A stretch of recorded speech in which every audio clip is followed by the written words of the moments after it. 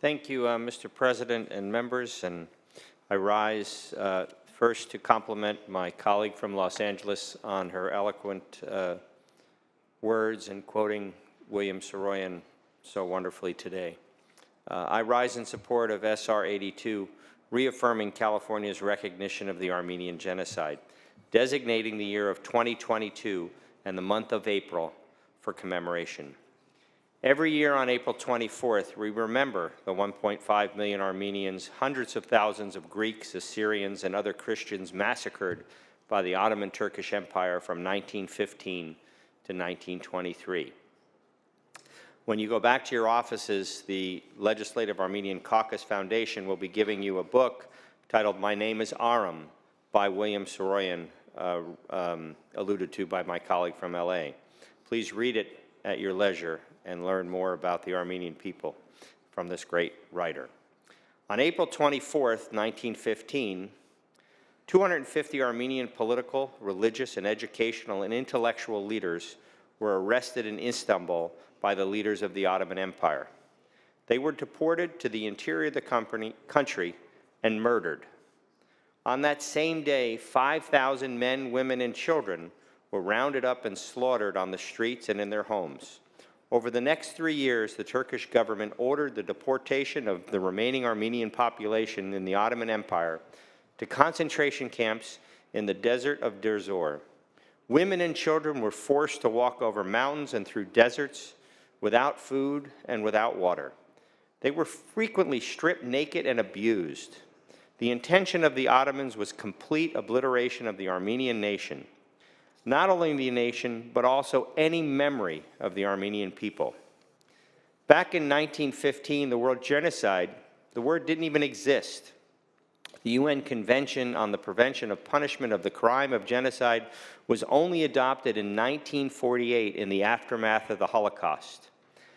After a speech in 1939, Adolf Hitler said, "After all, who speaks today of the annihilation of the Armenians?" The answer that we give today is we do. Armenians continue to live and prosper in Armenia, Artsakh, and in the diaspora and in California. California is the home to the largest Armenian American population in the U.S., and many are the children and grandchildren of survivors of the genocide. They enhance cultural diversity, make artistic, economic, and academic contributions to our great state. 107 years after the genocide, the two successor states of the genocide perpetrators, Turkey and Azerbaijan, continuously try to implement their genocidal agenda toward the Armenians in the Republic of Armenia and in Artsakh. While Armenia and Artsakh are still recovering from the 2020 44-day war, the shootings and small-scale attacks do not stop, even to this day.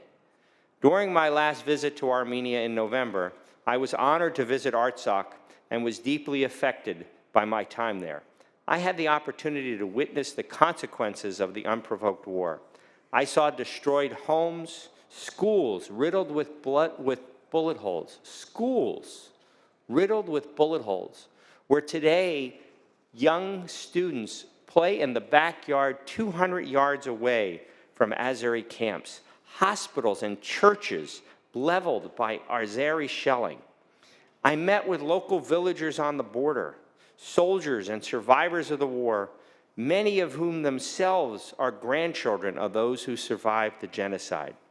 This is important because instead of being able to heal from the trauma and focus on rebuilding for future generations, they've been forced to relive their memories of the cycle of intergenerational trauma continues.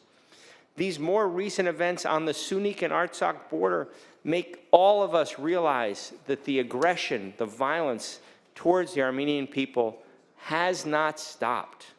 Yes, last year, President Biden officially recognized the Armenian genocide, adding the United States to the dozens of countries that have declared the atrocities against Armenians an act of genocide. While Turkey may want to turn the chapter on the Armenian massacre of 1915, the United States and California and other members of the international community will not forget this international crime against humanity.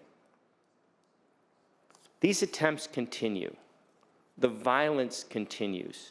The genocidal intent continues.